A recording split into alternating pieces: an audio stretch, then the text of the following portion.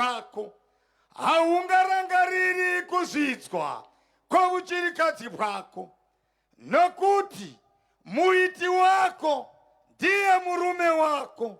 Jehovha wehondo ndiro zita rake. Mutsvene waIsraeri ndiye mudzikinuri wako. Iye uchanzi Mwari wenyika yose. Mwari wenyika yose. Tiomberere maoko wachona tukugara muzita ra Jesu. Haleluya. Pano tine shoko ra Mwari yatakapiwa. Shoko ratakapiwa na baba rinoti progress and expansion. Manzwi aya manzwi makuru kana ndichiatarisa muzita ra Jesu. Amen. Asi pandakatarisa manzwi aya ndakaona kuti anoda chinobetsera. Ndikatsakurudzawo manzwi anondibatsira kuti zviite muzita ra Jesu. Amen. Saka mangwanani ano pamanzwi maviri atinawo pano kumashure kwawo ini ndaisa maviri. Rekutanga rinoti prepare, rechipiri rinoti fall. Zvakuri yoti title yamangwanani ano iri kuti prepare for progress. Prepare for progress and expansion. Muzita ra Jesu. Amen. Kune vari kundinzwa panapa. Saka pano pane manzwi akadudzirwa nezuro andichambobatawo pano rokuti progress rinoreva kuti moving forward muzita ra Jesu. Amen. It's a movement. Amen. Muzita ra Jesu. Movement towards your destination. Kune vari kundinzwa muzita ra Jesu. Amen. Zvakare riri kureva kuti development towards an improved or more advanced condition. Zvakureva kuti uri kubva ku lower condition uchienda ku higher condition muzita ra Jesu. Amen. Zvakare inzwi rinoti expansion rikureva to increase in size. Amen. Kuna Jesu. Ndopandarangarira shoko ra Mwari rinowanikwa kubhuku ya 1 Peter chapter 2 verse ya 2 rinoti pangai mukaka usina kushatiswa wamunogona kukura nawo muzita ra Jesu. Amen. Saka mangwanani ano ndinotenda pamusangano uno kuti kune umwe munhu achabva pano aincrease size in the spiritual, in the physical, nekuti hatina kuunganira pano zvimwe zvinhu muzita ra Jesu. Haleluya. Saka manzwi aya mairi anoti progress and expansion ari kubatanidzwa neinzwi rinoti kune vakaverenga rinonzi conjunction. Rinobatanidzwa manzwi maviri anoreva zvinoda kundofanana muzita ra Jesu. Haleluya. Saka pamanzwi yangu mairi andaisa rekutanga rinoti prepare riri kuratidza kuti panda kutoshandwa, panda kutoshingairira muzita ra Jesu. Amen. Iri rokuti foil rakuindicata. Amen. The intended goal while is to prepare. Tiri kuprepare kuti tigodini, tiri kuprepare kuti kovane chii zvakuroti the preparation site iri kuti nongedzera ku progress. The preparation site iri kuti nongedzera ku expansion. Saka mangwanani ano hatina kugarira zvimwe pano. We are gathered here not for anything else, but we are here for progress. We are here for expansion muzita ra Jesu. Amen. Kana uchindinzwa chimbomberi ya Jesu maoko zvino paverengwa shoko ra Mwari panoratidza kuti kune wakataura achitauriswa naJehovha Wamasimba Ose. Iye waitaura uyu matauriro ake anonzi he was a prophet. Zvona kuti waifunction as a prophet. A prophet is somebody anoprofita pfungwa dzaMwari kuupenyu hwavanhu. Zvona kuti is a spiritual mature person anotaka udzwa zvinhu Mwari. And quote a revelation from the living God. Unoendesa kuvanhu zvinonzwisisika. Muzita raJesu, amen. Hallelujah. Kunewarinizwa. Konongizwa yona. Saka murume uyu. Lindoda. Unechiprofita chakagaria pano. Unechiprofita sisihlalelelana. Anonzi Isaiah. Kuthiwa ngu-Isaiah. Mwanakomana wa Amos. Indodana ka-Amos. Pakurerwa kwake nekukura kwake. Ekukhulisweni kwakhe. Hakuna waimboziva. Akekho wayekwazi. Kuti rimwe ramazuva achataura pfungwa yaJehovha. Ndoda kuti ndinongedzere mumwe munhu tisatabva pano. Uye tisatenda mberi kwatiri kuenda. Kuti wakagara hako pano. Kuti pane zviri kurongedzwa naJehovha mauri umo. Zvichaonekwa wofamba. Kuti taiva naye asanga asiri kusaiti kwedu. Takadzidza naye grade 7 but hatatisingawiriyani. Nekuti zvauchaita muupenyu hwako zvinoratidza kuti una Jehovha mukati. Iko kutouya pano una Jehovha mukati iwewe.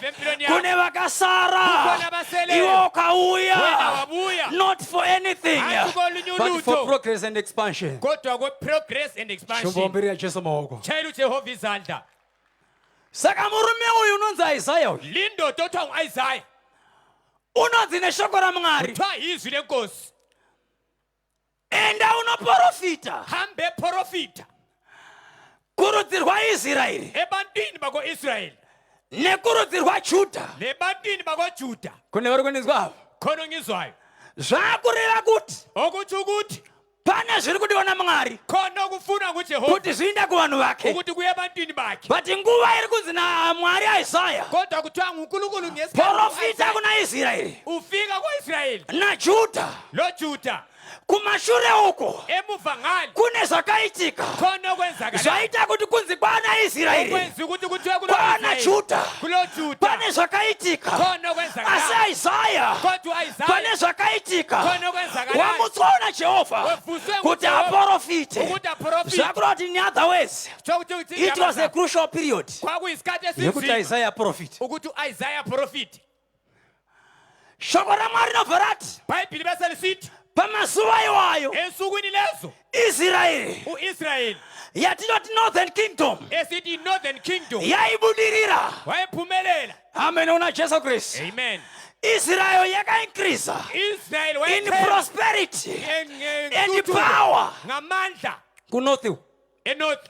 Ichi-increase kudaro. Ikhela kanjalo. Shoko raMwari nobva rati. Bhayibhili bese lisithi. Mutungamiriri wavo. Umkhokheli wabo. Wakutanga. Wokuqala. Wainzi Jeroboamu. Wayethiwa nguJeroboamu. Jeroboamu murume uyo. Jeroboamu lindoda. Mwanakomana waNebhati. Indodana Zvinonzi rimwe ramazuva anosangana nemuprofita Ahija. Ndokudza kuti zvanzi naJehovha. Uchatungamirira 10 tribes. Kune vari kunizwa. Unonzi shoko raMwari bva rati aenda uko. 10 tribes dzamutevera. Ndokubva afunga mumwoyo make kuita chimwe chino chakanga chisina kunakira vanhu avo vanhu vanotungamirira. Kuita chino chisinganakiri vanotungamirira. Zvinonzi akagadzira zvimhuru zviviri. Chimwe chimhuru ndokubva achiisa paBhethel. Chimwe ndokubva achiisa Patina. Nzira yaakazviitira yaiva yekuti vanotungamirira vasashuva Jerusarema. Nekuti pamazuva iwayo Jerusarema ndo nzvimbo chete yaiti vanhu vanoda Mwari vanonoungana ipapo. Neshoko raMwari robva razadzisa kuna Hebrews chapter 10 verse 25. Musarega kuungana sezvinoita vamwe. Saka pamazuva iwayo vanhu vaindoungana muJerusarema. But Jeroboamu ari kunorth uko ndokubva aita mabasa ake asina kufadza Mwari nevaitungamirira. Ndokugadzira zvimhuru zvake zviviri. Iri nzira yokuti vanhu vasaenda Jerusarema. Unonza shoko raMwari chiti akashatisa Israeri yose. Mayouth ari pano. Let us prepare ourselves. Pamberi apo pane umai hwakatimirira. Pamberi apo pane ubebe hwakatimirira. But if you fail to prepare today, mangwana tichashatisa rudzi.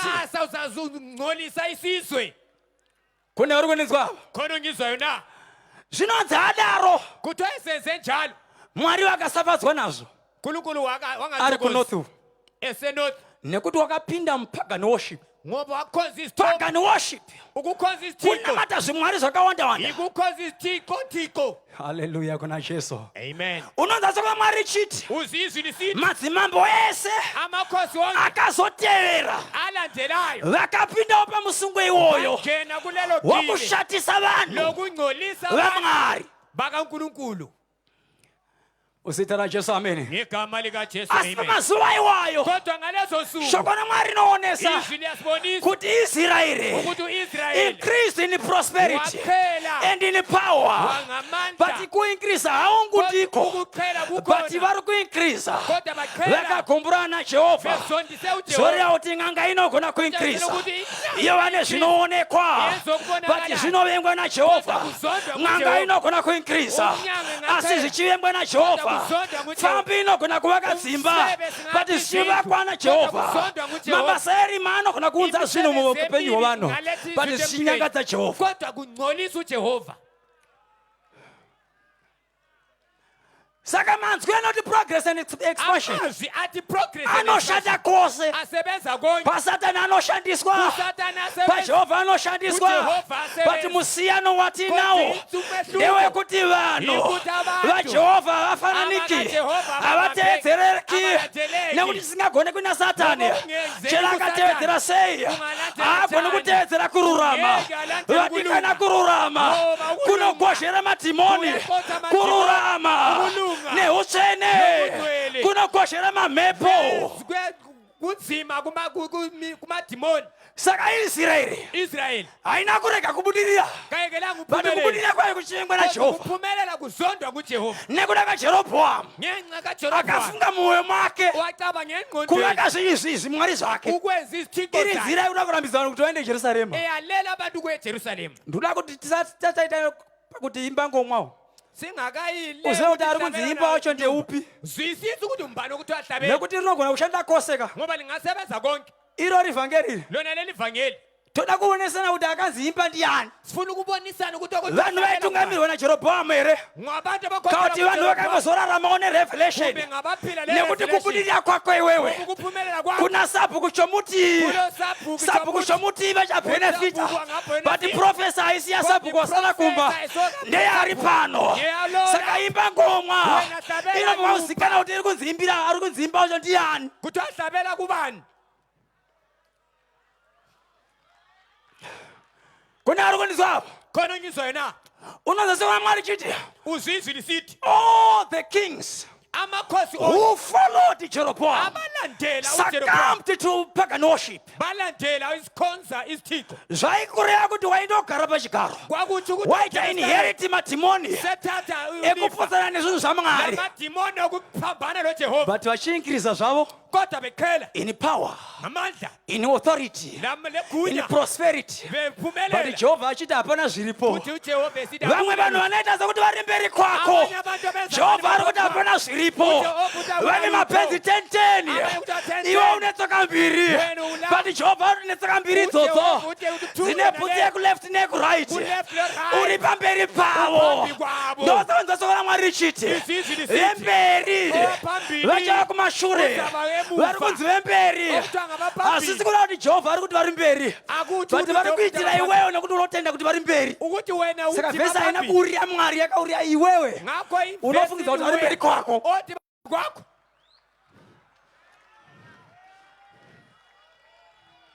kuna ari kunizvapa khona ngizwayo na but shoko raMwari robva raonesa izwi lese libonisa kuti kuSouthern Kingdom ukuthi kuSouthern Kingdom kune varume vakanga variko kula madoda ekhona vakawirirana abavumelanayo dzaiva ndudzi mbiri sokuzihlobo izizwe ezimbili rudzi rwaJudha isizwe sakoJuda nerudzi rwaBenjamini loBenjamin ndo vakabvuma abavumayo kusupporta the dynasty of David ukulandela but the 10 uDavid tribes i-10 tribes rejected. yayala Amen, amen. amen ndokuramba zvinokosha ukuyala but ukuqhakathekileyo Benjamin naJudha Benjamin noJuda ndokutevera. balandela Hallelujah kuna Jesu. amen zvakureva kuti kunorth uko okuthi kuthe north kune 10 tribes kule 10 tribes nemhuri dzavo lemuli zabo nanasekuru vavo nebokhulu babo nezvinokosha zvawo but hakuna Mwari. akuna uNkulunkulu kodwa.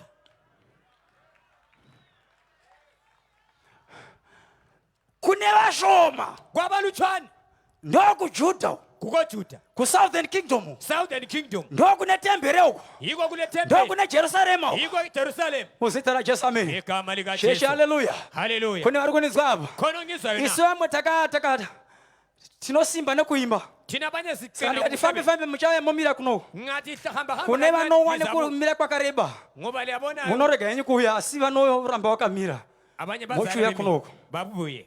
amen amen. Saka shoko raMwari rinongedzera Izwi liselikhulumile kuti these two tribes ukuthi lezi izizwe ezimbili dzakaramba dzakamira dzichiti hatibvi Jerusalema zala zimi zita zisuke but eJerusalem, vachiwanda vakadaro vari vashoma. kodwa bekhela Pakati benjalo pavo phakathi kwabo pakaita vamwe vana kwaba labanye abantwana vane madzibaba ari straight abalabo baba asi abaqotho, vari vana vanoonawo zvinoitika kunotu. abantwana ababona okwenzakala eNorth. musitara Jesu. Amen. Ngegama Nekuti likaJesu. soko raMwari rinoonesa Ngoba iBhayibheli yasibonisa kuti mazuva iwayo ukuthi lezo nsuku Southern Kingdom Southern Kingdom yaitungamirirwa naUziya. yayikhokhelwa nguUziya. musitara Jesu. Amen. Ngegama likaJesu. Uziya was a righteous king uZiya but he wayelungile has some weaknesses kodwa wayelobu weakness zekuti he tolerated ukuthi wayevuma the activities of pagan worship. ukukhonzwa Nekuti kwezithixo. vana vainzwa kuti kugara kuSouth kwakanaka Babesizwa abantwana ukuthi vaipota vachiyemura zvekuNorth babehawukela asi kweNorth, vasingadi kubva kunoku kuSouth. bengafuna ukusuka ngapha eSouth. Hey, pane rundi badava. Yezwa Church, hallelujah. church, amen. Vanonava kugara kuSouth Kule abantwana bahlala eSouth asi meso avo kodwa amehlo nemoyo yavo nenhliziyo zabo iri kuNorth kwaJeroboamu. iseNorth koJeroboamu. Hey, musitara Jesu. Amen. Ngegama likaJesu. But madzibaba avo Kodwa baba moyo yavo inhliziyo zabo haisi kuNorth azikho iri eNorth kwaJerusalema. iseJerusalem, But vana vavo kodwa abantwana moyo yavo inhliziyo iri kuNorth. ziseNorth. Paita disconnection panapa. Sokule disconnection khona. Madzibaba edu Obaba bethu vari kunzwa Mwari bazi kuti uNkulunkulu Mwari uyu ukuthi uNkulunkulu wakati paite 3 hectares pane mashura nezviratidzo kulezima zvinogona kuitika mudunhu iri kwenzakala munharaunda iyi. esigabeni lesi. But vana Kodwa abantwana vemadzibaba iwayo abobaba labo moyo yavo Awumhliziyo. iri kuNorth kwaJeroboamu. ziseNorth Ndavinga mamwe mayuthi pano mayuta la kuzoapa maspectacles ngizolipa ari amehlo mushoko raMwari. genezini Maonero ukubona emuyuthi ari pano umuyuto lapho ngaone semaonera ntababa yake. ngabone njengobaba wakhe. Haleluya. Hakuna mwana Akuna mntwana ane confidence olesibindi pakufamba kwake ekuhambeni kwakhe kana asingatevedzeri nxa engalandeli zvinodiwa nababa vake. okufundwa nguyise. Uye hakuna baba Akula baba vanofamba vachiudza vanhu pese pese kuti mwana wangu ukutshela abantu bonke ukuthi umntanami. kana mwana Nxa umntwana asingaiti zvinodiwa nababa. engenzi okufundwa ngubaba Saka kuSouth eSouth Uziya wakaramba uZiya wayala achiteera zvinodiwa naMwari. elandela okufundwa But nguJehova. Uziya Uthi uZiya vanhu vake vari kuwanda abantu bakhe bayanda vane meso nemoyo yekuNorth.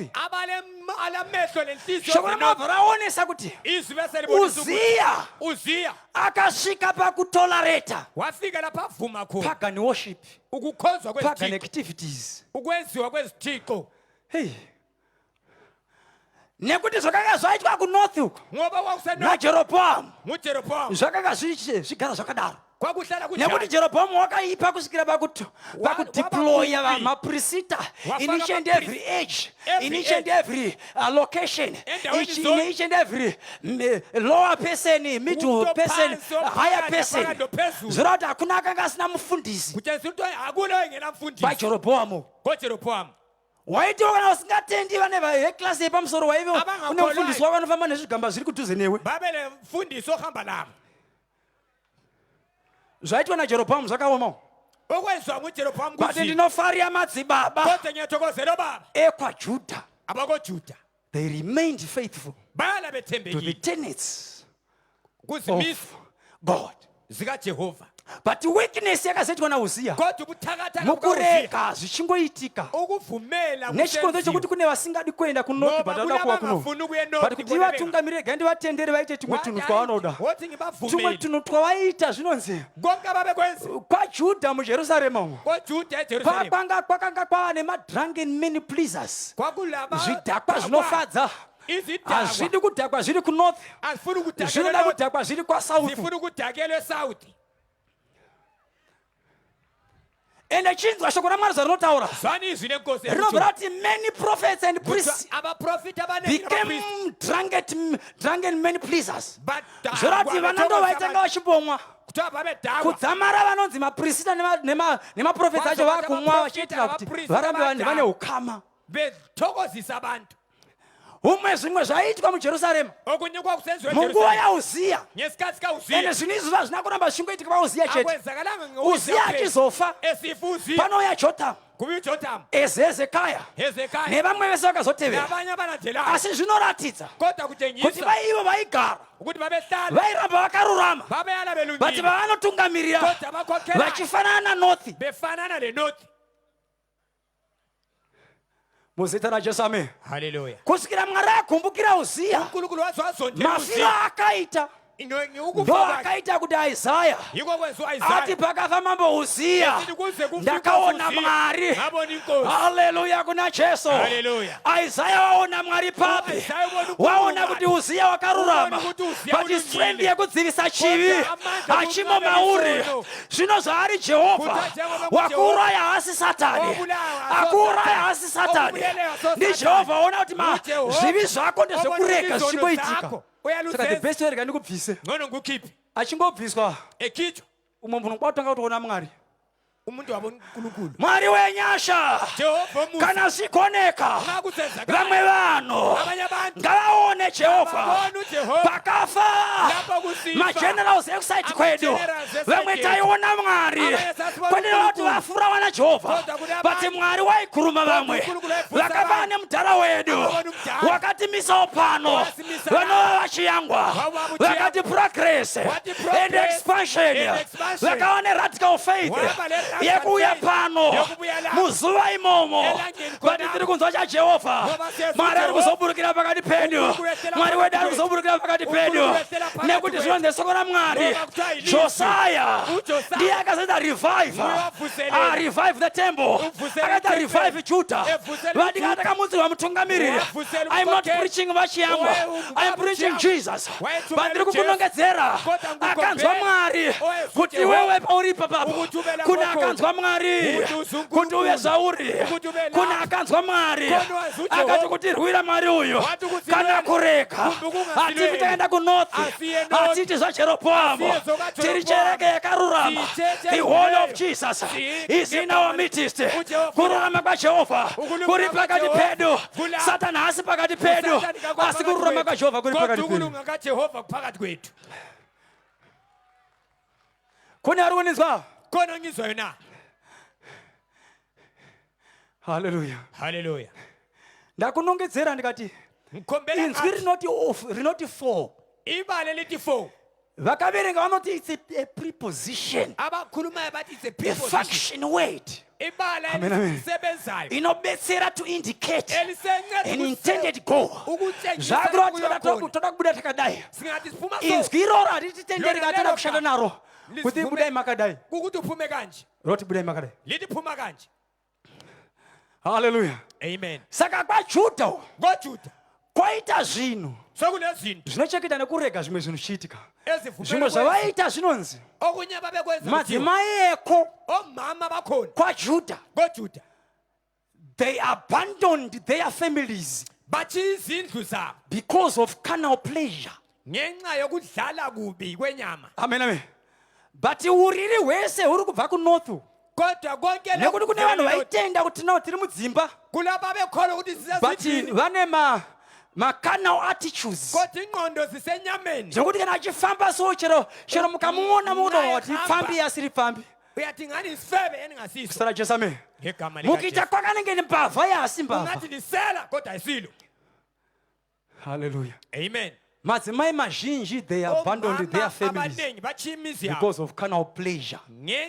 Ukaverenga mamwe versions nemama commentaries zvinonzi vamwe vacho vaitotenda kuti varume vedu vanogona kungofa kunyange vakaona vepapa vachiita ivo vanoti ndorambira ipapo ndichitenda koga. Muzita raJesu amen.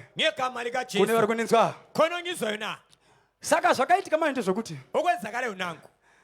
kwese kumashure uko Isaiah achiprofita waikondema chivi, wayesola isono iri nzira yaMwari kwindlela kaJehova yekuti Judah aprepare ukuthi uJehova alungisele for expansion. uJuda alungisele expansion. Asi Judah Kodwa uJuda haagoni kuexpand ngeke aqhele zvinoonekwa zvinobatika okubambekayo nekuti une vamwe vake ngoba labanye bakhe vakarega abayekelayo vachipinda kwaSatani bengena koSathane nemwoya unokurevesa. ngenhliziyo But Jehovha ari kuti handigoni kodwa uJehova uthi ngeke kuti Judah aexpand ngithi uJuda kana aqhele kuprogressa kumbe aphumelele nekuti pane ropa rimwe chete ngoba kule gazi linye pakati pavo nevari kunorth. phakathi kwabo labasenorth. Saka zviprofita zvese zvondakunza iziprofita ngizilethayo ngazvibate naIsraeri wacho ngazibambu kunyange asiye the subject matter, but my effects the subject matter ukwenza kwa inombetserawo uzamsiza even ma-Ammonites, even ma-Philistines. Isaiah ziprofita zvake zvinouya zvichinzi naMwari mukuprofita kwako usarega Babyloni ichidaro, usarega Ammonite ichidaro. Chinja akuitwa naJehovha ari kuziva kuti uriri huri kunorth hwakabva kumaFiristia, uriri huri kunorth hwakabva kumaAmmonites. But maAmmonites iwayo pamberi apo since kwanzi Jehovha Mwari wenyika yose kune vamwe vasina kumboberekwa nezvaMwari, but mangwana vachadiwa nekuti chinodiwa naMwari ndechekuti munhu wese aende kudenga. Asi kuti aende kudenga Mwari vanoshandisa trika rekuti vanodhila nemunhu wani sezvo vakaita patsime paya vakadhila nechifeve wani chikaenda muguta. Chinonzi varume vazhinji vakaonekwa ari patsime nekuti Jehovha ashandisa trika, ashandisa munhu wani anotendwa mukuipa kwake. Ini nakatenda kuna Jehovha kuti kune vamwe vanhu vachatendeuka kwete nekuda kwokuti zvizhinji zvinodiwa naMwari kuti vakabereka vauye kuna Mwari. Jehovha simudzai nyika yokwedu, Jehovha simudzai FM. I believe in revivals, I believe in revivals, I believe in revivals. Vamwe vanhu vauye kuna Mwari because vakaberekwa nemumwe munhu asingadi Mwari. ongafunwa nguJehova. Muzita raJesu amen. Ngegama lika Jesu. Kune vari kuninzwa? Khona ngizwa Chechi na. muri kuninzwa? Chechi la ngizwa na. Saka Isaiah manje Isaiah aprofita kwese uko eseprofitile achiradza kuti Israeli ngaitenduke, esithi Israel kaphenduka, Judah ngaitenduke. Juda kaphenduka. Muzita raJesu amen. Ngegama lika Jesu. Mwari ndokubva anzwisisa kuti uJehova azwisisa north zvose zvayakaita konke yakwenzayo zvakakonzera kuti ive barren, kwayenza ukuthi ibe yinyumba, ive unfruitful, ingatheli, isava productive. ingabi lezithelo. Vari kurarama zvavo but meso maMwari vari kuti hapana chiri kwavo. These are empty people, these are useless people. Zviri kuzikanwa naJehovha izvozvo. kwaziwa nguJehova lo. Muzita raJesu amen. Ngegama lika Jesu. Zvakare kwaJudha KoJuda Mwari ari kunzwisisa uJehova kuti yazwisisa vakaimitatewo some of the activities dzekunorth. ukuthi Zvakureva kuti kwaJudha they are also barren. labo abakoJuda sebezinyumba. Muzita raJesu amen. Ngegama lika Jesu. But kuti zvishandike ukuze kusebenzeke vese vabarren, bonke sebezinyumba, vastagnant, abasebemi havachisina chafamba muupenyu hwavo. abasahambi lutho empilweni. Shungu dzekuda kuti zvifambe vanadzo, ukuchisekela ukuthi but kuhambe hakuna yebo. chafamba because akusahambi they lutho are ngoba empty, abasela they lutho, are useless. abasela ncindi. Muzita raJesu amen. Ngegama lika Jesu. Jehovha nokuona kuti Jehova vanhu ava vana kuya panyika laba abantu ababuya nekuda ngezwi kwaSatani, ngenxa kaSathane, vanhu ava vakauya panyika laba abantu beze nekuda kwangu Jehovha mupenyu. ngenxa ukuthi uJehova Ndingakati ngatisikei munhu wathi nemfananidzo wedu. ngomfanekiso wedu. Zvino vanhu avatovatevera sei? Laba abantu sibalandela Mwari ndokubva aunza profeta Jehova Isaiah lethu Isaiah nekuti vanhu vekunorth nevekusouth ngoba abantu vakanga benokho vazvinzwisisa kuti hakuna chiri kufamba babezwisisa ukuthi akusahambi nekuti lutho mukuipa kwavo ngoba ebumini babo kumashure uko emuva le kwainge kune shoko kwakulelizwi rakatawo pana Deuteronomy chapter 30 era lokuthi verse 11 to 20. 11 to 30. Moses achiti imi vaIsraeri kana mukaramba Jehovha zvirokwazvo muchapinda muutapwa. Kana mukazvidza Jehovha muchapinda muutapwa. Saka zvakura kuti Israeri payaiva bhareni, Judha ichiva bhareni, Mwari wakazadzisa shoko ravo. Rinoonekwa Deuteronomy chapter 30 verse 11 panonzi ndakaisa rufu neupenyu pamberi pako, but I suggest choose life muzita raJesu. Amen. Saka pese pakavioletwa kururama kwaJehovha zvakakonzera kuti vanhu vaende muutapwa. Zita raJesu. Amen.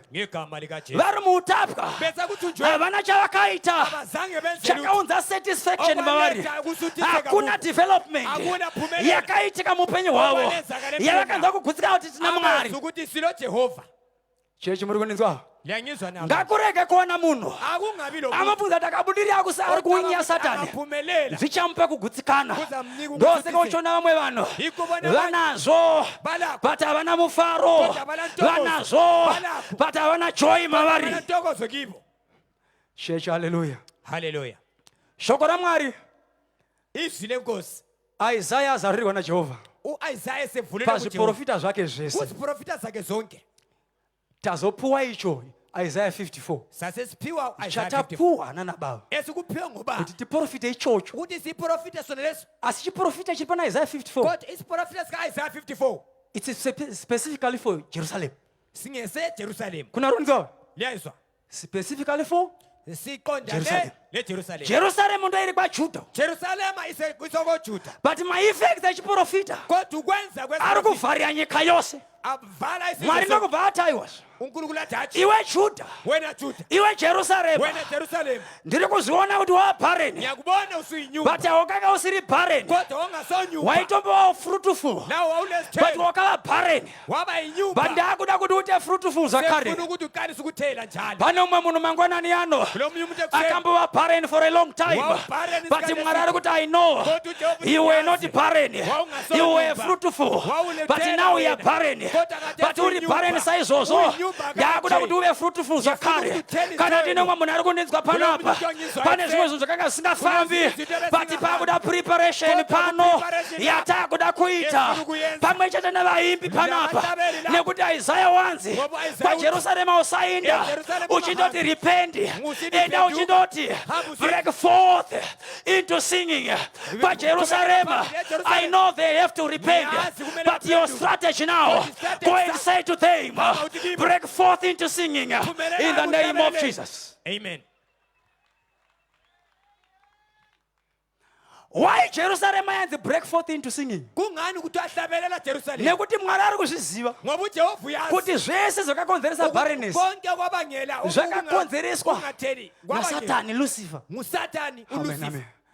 Nekuti kwaiva kudenga pakaita mweya werebellion wakangopindawo muna Jerobhoamu. Denga rakabva rati kuna hakugari zvakadai, nekuti kwezvawaita you are now empty, nekuda kwezvawaita you are now useless. Chiri useless nobva chabviswa kudenga kune zviri useful, kune zviri productive. Chiri useless nobva chabviswa kudenga ndokubva chaiswa panyika, chaiswa panyika. Nyika yakanga iri fruitful, but chaiswa chikakonzeresa kumera kweminzwa, chikakonzeresa kusafamba kwezvinhu muzita raJesu. Amen.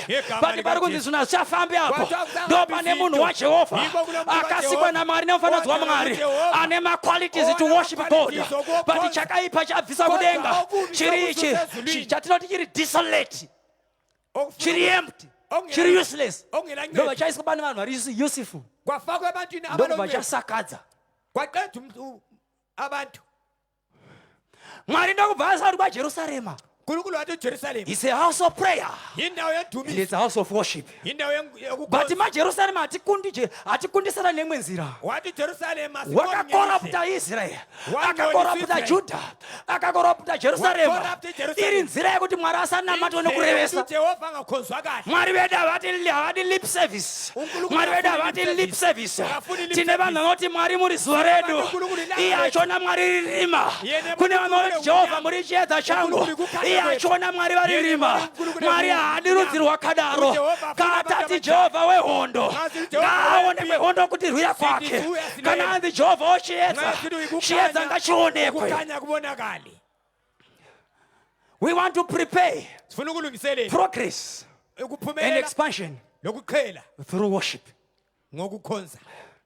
Kuna organizwa? Imba iwe ngoma. Hlabela wena nyumba. Imba iwe useless person. Hlabela wena ongela. Wawuya pamsangano phanapo. Obuye emhlanganweni. Unotozizaya ukuthi musoro makho ya useless nekuda kuzokufunga. Ukuthi ekhanda. Bawuri babo kufunga uthora wakati ano ufuna ukuthi mabasa erima. You are useless before God. Awulancedo phambili. Asiyoya phano. Take advantage ukuthi Jerusalem. Yayifunga mabasa erima. But ichiprofita chino achiti fara yone zvauri kufunga izvo. Jehova ethi thokoza. Nekuti ndinokuda. Ngoba ngiyakuthanda. Mukufara uchiziva kuipa kwako uchatendeuka. Uthokoza usazi ububi bakho. Kuna organizwere. Kono ngizwa. Kuna organizwere apa. Kono ngizwa. Rakabicha yachifeve. Chikaita mabasa akanaka. Achanga asingazivi kuti achava nemareparations akadii. Achasingazivi kuti china mubayiro wakadii. But pachakawanirwa nyasha. Chikaona dziti inyasha idzi. Zvikatofaya wena. Hallelujah kuna Jesu Kristu. Umwe munhu ngaafayirwe nemusangano. Mumwe munhu ngaakomborerwe nemusangano. Mumwe munhu ngaaitirwe zvakanaka nemusangano. Fara iwe ngoma. Thokoza nyumba. Muzita raJesu amen. Ngegama lika Jesu. Imba iwe ngoma. Hlabelela nyumba. Break forth. Qhubekela phambili. Ukanzwa bachinzi break forth. Ungezwa ukuthi aqhubekela phambili. Akusi kuti azvinyekenyeke. Ayisukudlala. Kutobatwa nezvakabata Bhatimiyo. Yikubamba nezvakabata mukadzi waibuda ropa. Izvozvo zveruviro zvikakubata izvozvo. Unogona kutorovera jaivhi inotyisa. Unogona kurumbidza Mwari zvinotyisa. Nekuti Bhatimiyo rimwe ramazuva unonzwa sekona Mwari ichiti wakatanzwa. Iwe chaita kuti uye pano wakanzwa. Zveprogress and expansion. Asi kuuya kwako. We have to break forth. Bhatimiyo achizviita zvinonzi vanhu vakamutinyarara. Asi zvinonzi Jesu akaramba achiti uya kuno. Zvinonzi vanhu vakatonzwa kuti Jesu ari kuti uya kuno Bhati. Vari kuita makwikwi naJesu. Jesu ari kuti uya kuno iwe ari kuti usaenda. Muupenyu hwekunamata kune vanhu vanoita makwikwi nerugwaro. Vanozama nepavanogona kurwa nerugwaro. Rugwaro kana rwakati tina Jehovha anosimudza marombe. Iwe anoti hakuna zvakadaro. Kungazi Jehovha anoporesa. Iwe anoti hakuna zvakadaro. But ndiri kuti anozviziva kuti ndadaidzwa naJehovha. Chero wakati hakuna zvakadaro. Break forth. Oh mwanakomana wa David ninzwire ngoni. Zvinonzi Jesu akati uya. There's some people vairambirana naye. Vakati Ishe unokudana. In other words, they encouraged him. Kuinda kuna Jesu Kristu. Asika kuna Jesu Kristu haana kuramba ari barren. Haana kuramba ari empty. Jesu vanoti kune vose vanouya kwaari vane kamwe katsika kokubvunza kuti unoda kuti ndikuitirei. Ubuza ukuthi ngikwezeleni. Uzita raJesu amen. Amen. Kune vari kuninzwa? Kono ngizwa yena. Unoda kuti ndikuitirei? Funa ngikwezeleni. Skandoda kuti ndione. Pano umwe munhu anofanirwa kubvunzwa naMwari apa. Zvichitoparidza kuti kune umwe munhu anofanirwa kubvunzwa naMwari. Ndambourirei pano pamusangano panapa?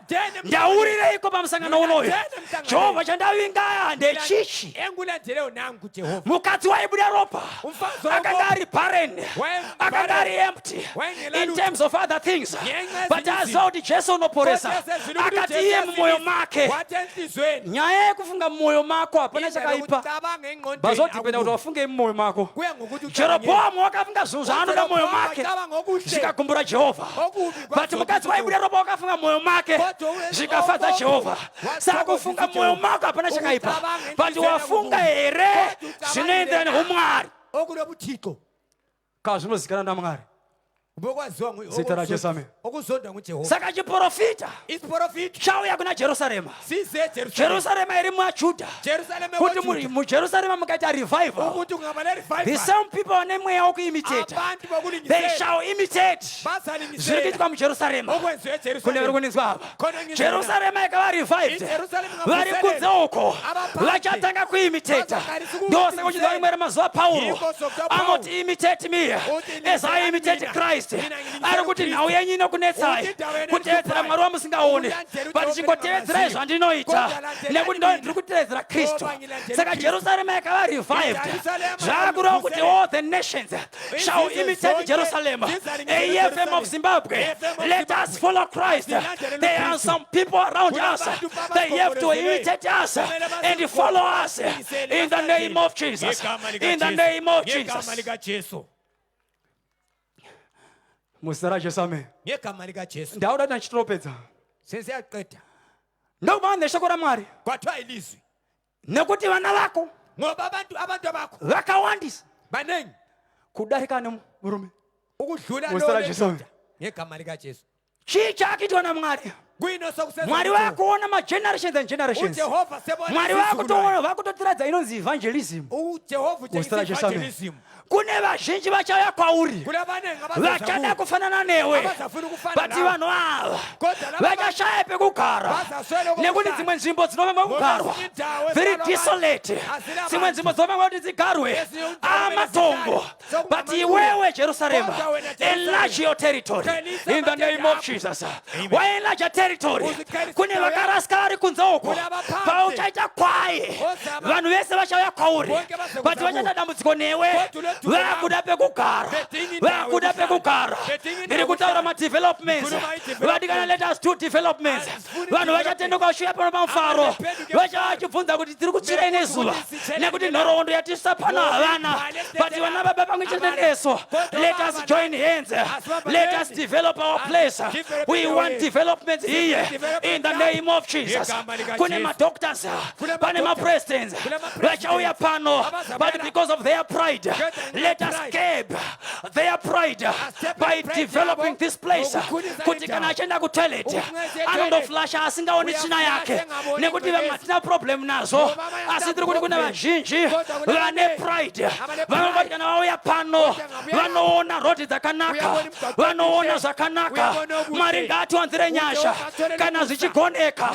Mwari ngaaunze nyasha pamushagashapo paiswa imwe chicken ini vanhu voungana ipapo kuti mayuthi edu kana afuna kuenda kuinuko anodrive achaenda kuine torekekisa chicken ini pano but Mwari ngaawanze nyasha between tollgate ne10 even ma-filling station kuti chiono chana baba chiri kunzi Kingdom City chive nechirevo chinobatsika. Haigona kuva Kingdom City tisina ma-developments. I believe in developments in the name of Jesus. Ngativakei vana baba, ngativakei mayuthi nekuda kuti kuna vazhinji vachauya tatatamura tende 83 hectares. 83 hectares. Tende ratatamuka. Itende seliqhelile. Mprofita anoti pakutatamuka kwaro Umprofita ukukheleni kwalo musachazinyekenyeke. lingadlali. Strengthen your cause. Bamba. Ngose oshona kuti maitatu kuita zvinhu zvepanapa ane ka-standard kule standard kurovera hoko hasi majachati ukubethela izikhonkwane kutoita zvinhu zvinogara zvakadaro. wenza izinto ezihlala zinjani. Kana wafunga kuita chinhu muupenyu Nxa ucabanga ukwenza chinonoke uchiita zviri kwazvo. phuza usenza Kune vanoita masporo kulabenza iziporo mamasporo asita zvinhu zvisina matrace zviri nane kunzi wanonoka but kana wobudikira so unenge Jesu ari kurenje waita saanononoka pamazuva 40 days apo pane vakatofa vakatoparara. Jesu achinasa kuti hana hanya but waikoka simba kuti kana apinda muguta vanotevera vasina kutaura naye vakangobata mupendero nguo chete vatopora. Vanotevera vose vakashava zvokudya akatikilya zvotoitika. Saka zviri nane kumbohwanda mubako uchigadha momentum. Jesu aziva izvozvo anotaura kumaapostles, wait until you receive power. When the Holy Spirit comes upon you, you shall be my witnesses. Vadikana patiri kudayo so we are hibernating. Vachiti vari nomads vari kumbotendera tendera. They are wandering people. We are gathering strength kuti when we evangelize kunyangwa na Simeon nganga vanotendeuka. When we evangelize even my Jezebel vanotendeuka. When we evangelize the president will repent. We are gathering momentum in the name of Jesus. Pane umwe muimbi kule umhlabeleli wakaimba ruyo wahlabela ingoma hatingatipinzi mapokotera undibatsira Shamwari yangu. Kuti titi praise. Kuti titi worship. But mukati meruyo. Mune unaku. Ndikanganwe basa rebaka. Andikanganwe basa rebaka uvari. Basa rebaka. Jerusalem. Rangarira zvakaitwa naJehovha Mwari wako. Uri muJerusarema. Utandikanganwi. Basa rakaitwa naMwari. Takanga tiri mumaoko aFarao. Tikabudiswa nerongo rwaMwari rune simba. Takanga tasvika paRed Sea. Tikayambuka nerongo rwaMwari rune simba. Tikapinda murenje. Tikayambuka nerongo rwaMwari rune simba. Saka handikanganwi. Kalvari.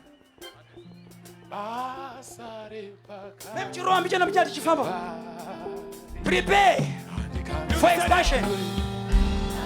Prepare for expansion.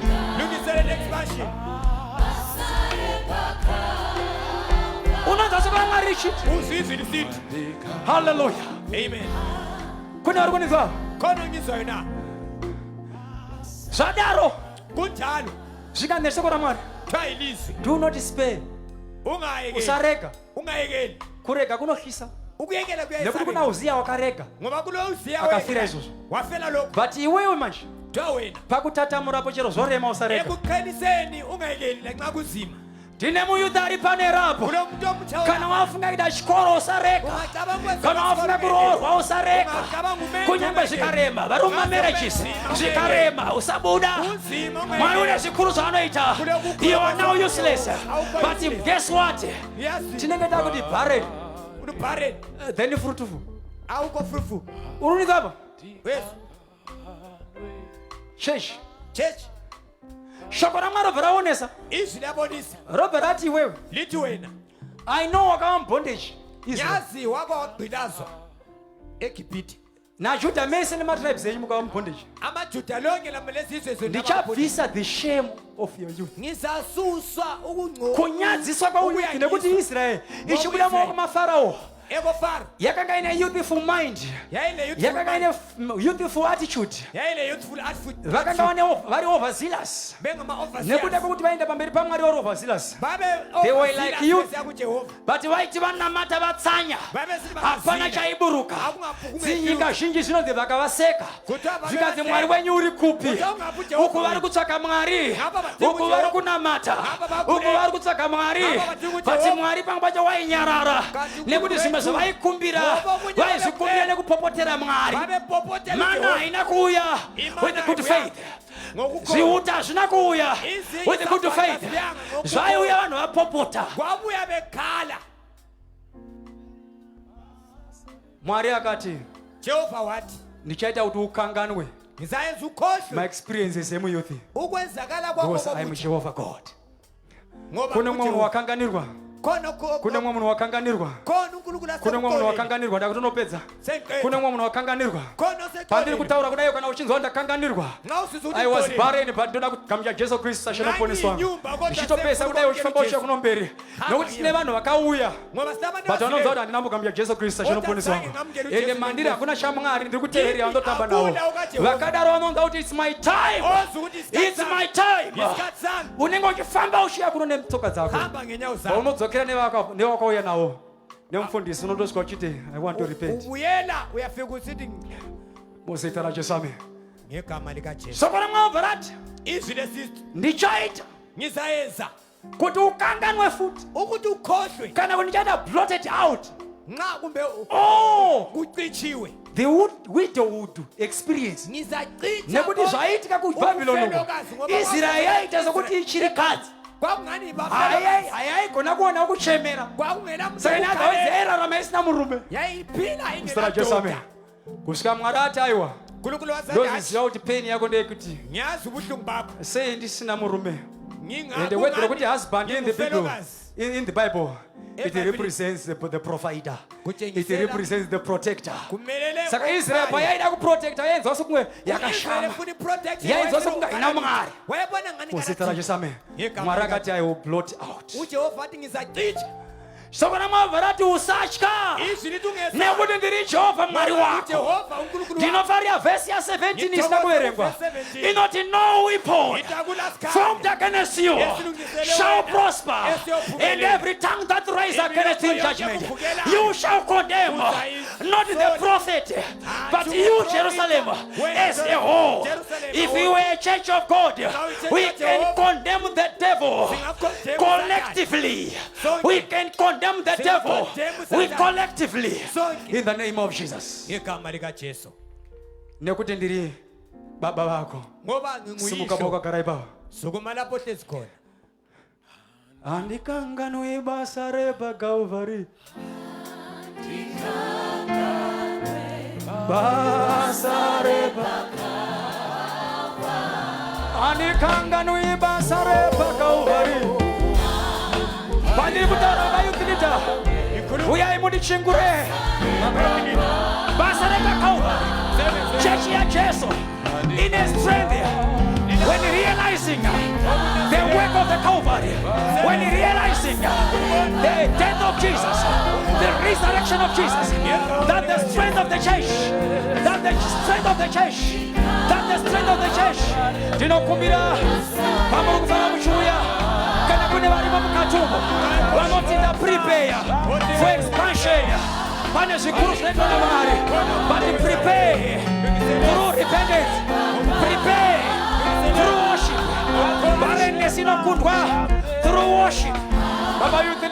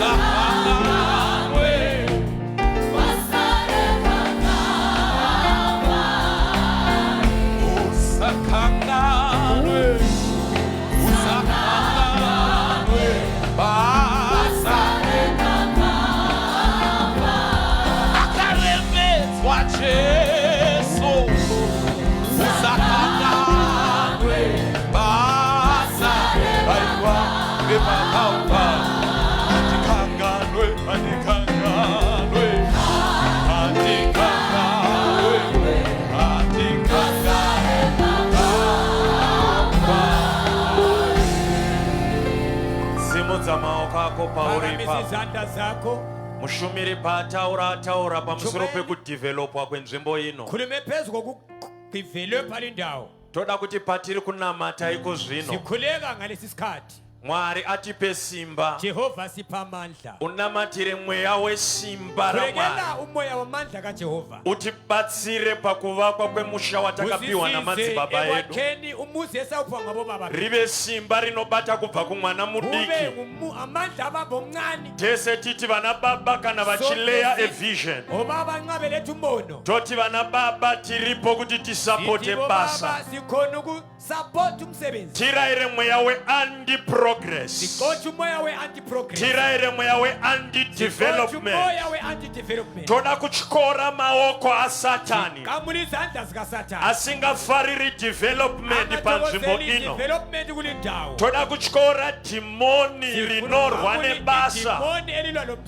Titi Jehovah Mwari wakatipa nzvimbo ino kuburikidza namadzibaba edu. Timi muridzi wepfuma kubva kunyika dziri kumusoro kusvika kunyika dziri zasi. Goridhe nesirivheri zvinobva kwamuri.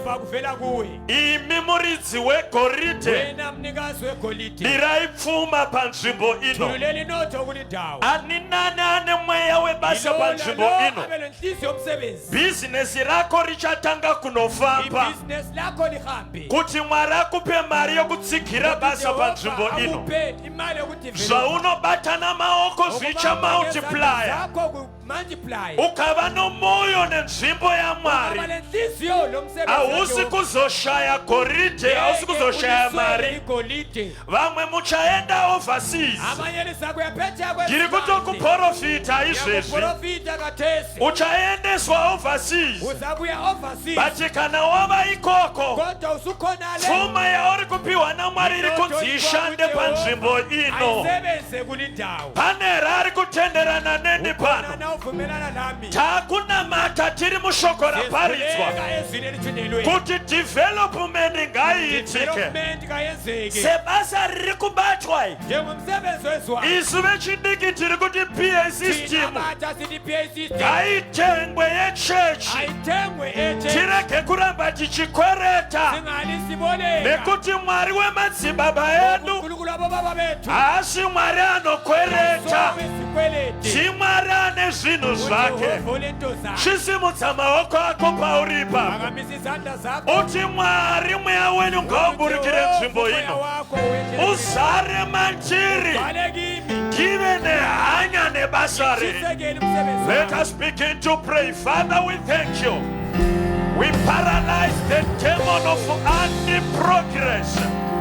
We paralyze the demon of anti-development. Tinonamata. Tinonamata nezita ra Jesu. Tinonamata nezita ra Jesu. Tinonamata nezita ra Jesu. Tinonamata nezita ra Jesu. Pfuma inobva kwamuri. Mweya wokubatirana unobva kwamuri. Chipi nechipi chinofanira kuitika pano. Tatyora mweya yemasatanist. Tatyora mweya inorambidza. Ipai vana ava mabasa. Ipai vana ava pfuma. Kuti basa renyu panzvimbo ino riwane vanotsikira. Vane mabhizinesi avainawo ngasimudzwe nemi Mwari kuti pfuma iwanzwe muimba yenyu. Tinonamatira Mufaro AFM of Zimbabwe nekumasangano kwavanobva nyasha dzierere. We are here to progress. We are here for expansion. Expansion in every area. Progress in every area. In the mighty name of Jesus. In the mighty name of Jesus. In the mighty name of Jesus.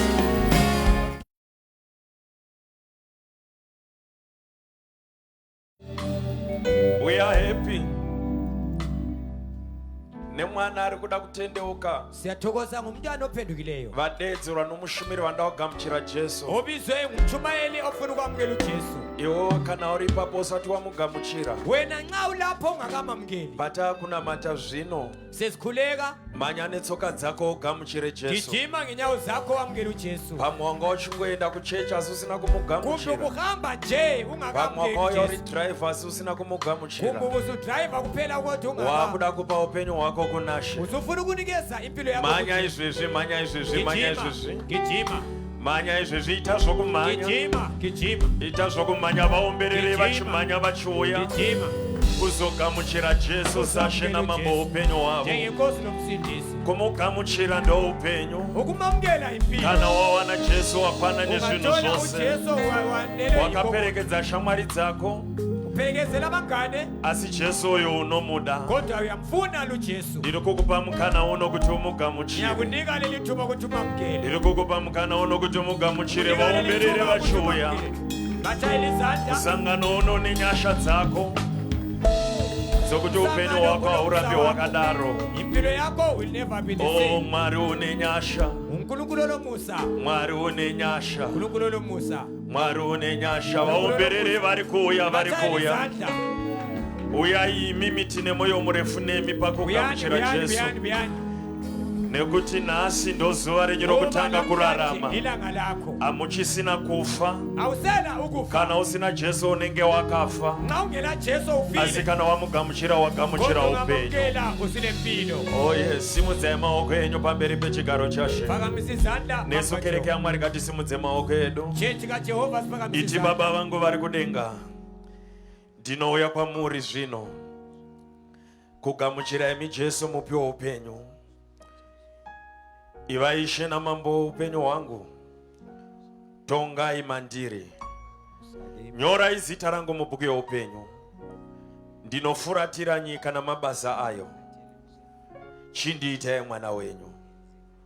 Muzita raBaba neremwanakomana neramweya mutsvene. Amen. May God bless you. Kumasangano kwamunodzokera kuna vafundisi varipo. Endai munotaura navo vanokubatsira. Mwari wenyu ashakuropafadzei. Jehova umusa alenzere kahle. Atichaenda ku break. Asisela break. Nokuda kwenguva dzedu. Ngenxa yesikhathi sethu. Praise and worship yakungokondinya. Praise team siqhubekela phambili. Mwari achitiitira zvakanaka tichiprepare for another service. Musangano uno une zvikuru zvakagadzirwa naMwari. Nyasha dzake dziripo. Musa ukona. Muzita raJesu. Siyabonga ngegama likaJesu. Amen.